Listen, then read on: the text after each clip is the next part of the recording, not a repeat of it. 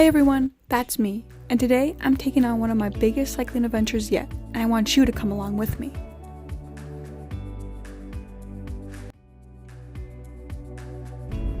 Wave to the camera. Hey. That's my dad. He and my mom will be my support crew on the way. Feeling good this morning, feeling good.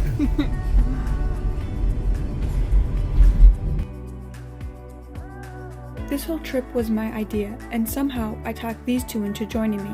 This is Jay and Jake, two people who trusted me when I said, how hard could it be?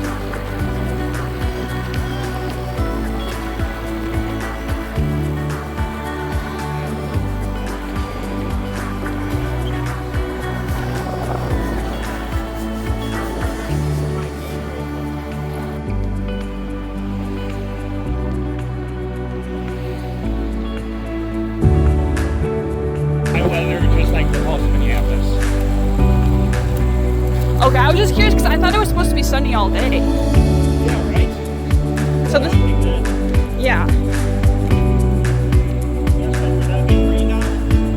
Yeah.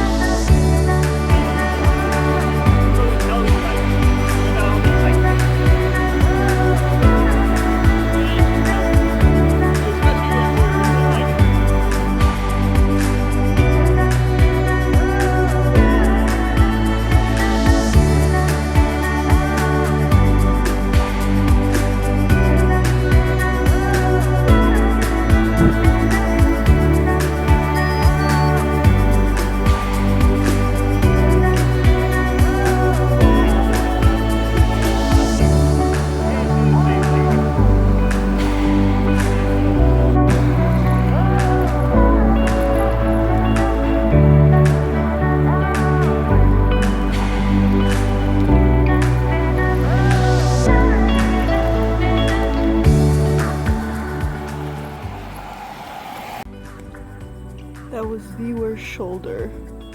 It was just so bad. Jay's riding in the road. Oh my god. It was so bad.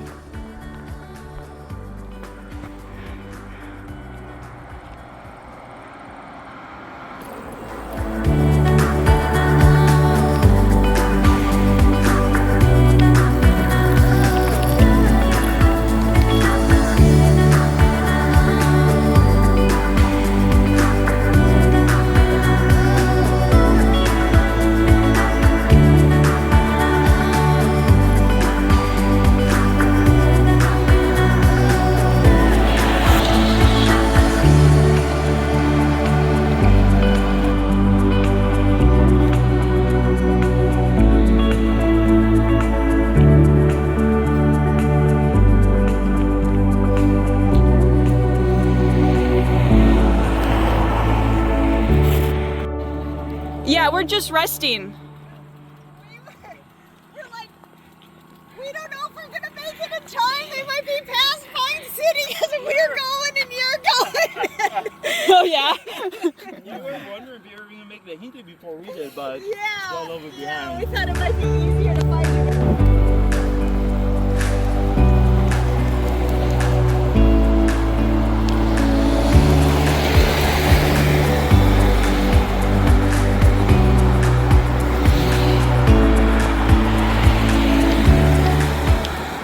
At mile 76, things got a little more exciting than we expected.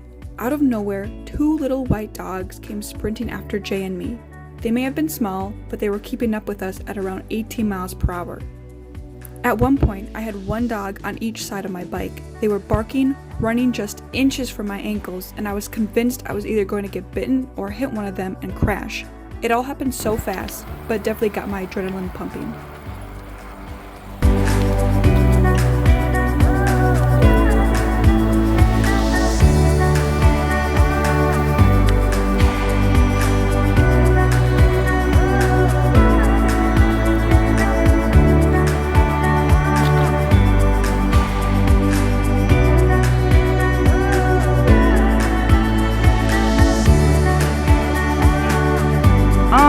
I think I'm set.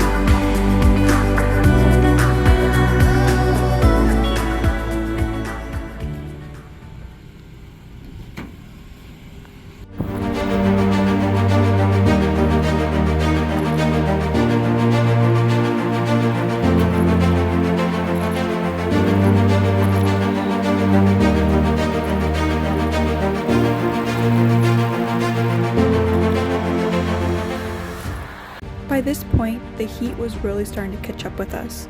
There was a heat advisory in effect that day, and we were definitely feeling it. We called our support crew, and they met us in Moose Lake with cold water and plenty of snacks. After taking a break to cool down and refuel, we figured we had everything we needed for the final stretch to Duluth.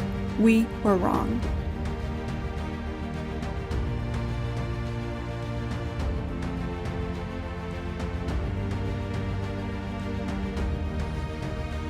At mile 139, Jake had to call in. His allergies had gotten so bad that he couldn't keep riding. Luckily, my parents were able to pick him up, leaving Jay and me to finish the trip on our own. By this point, we were racing against the clock. My bike computer was below 10%, my watch was about to die, my phone was under 10%, and we still had more than 20 miles left to ride. Jay and I picked up the pace, averaging around 20 miles per hour for the final stretch. For most of the ride, we had been cruising at about 15 miles per hour, so we were really pushing ourselves to make it to Duluth before our devices and maybe our legs gave out. Unfortunately, I didn't get much footage of the trail through Jay Cooke State Park into Duluth, which was easily the most scenic section of the entire ride. We were so focused on finishing that we couldn't stop to film. I actually camped at Jay Cooke State Park earlier this summer and biked the same stretch into Duluth, so I'll show some photos from that trip to give you an idea of what we were flying past. I also have to throw in this picture in just for fun. Less than 2 months ago, I was absolutely freezing while camping at Jay Cooke State Park. That's me wrapped up in a blanket next to the fire. Fast forward to July and we're riding through the same area during a heat advisory. The temperature swing was unreal. It was so hot by this point that jumping into Lake Superior sounded like the best idea in the world.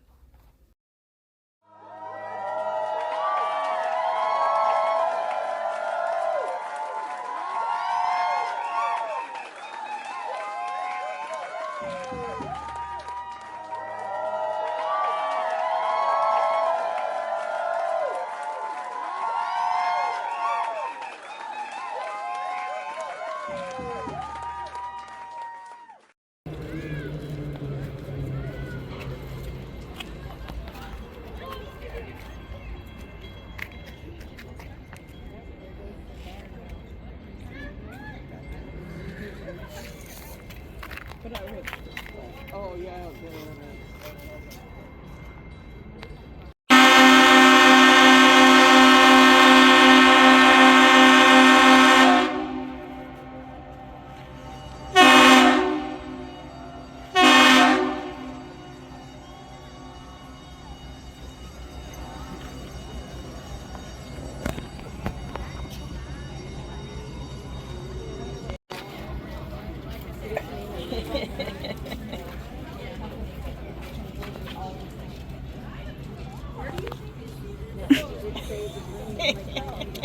Thanks for watching. This was my longest single-day bike ride yet, and it felt completely different from my first 150-mile ride a few years ago. Back then, I averaged just 11 miles per hour, barely made it back to my car, and could hardly walk the next day. This time, I finished feeling great. After the ride, I explored Duluth, and the next day, my family and I hiked through Jay Cooke State Park, where I got to see some of the beautiful scenery I had flown past during the end of my ride, as you can see from the videos here. In total, we rode 166.59 miles in 11 hours and 6 minutes, averaging 15 miles per hour with 1,854 feet of elevation gain. This ride has been on my bucket list for years, and I'm so happy to finally cross it off. Thanks for coming along for the journey, and I'll see you on the next adventure.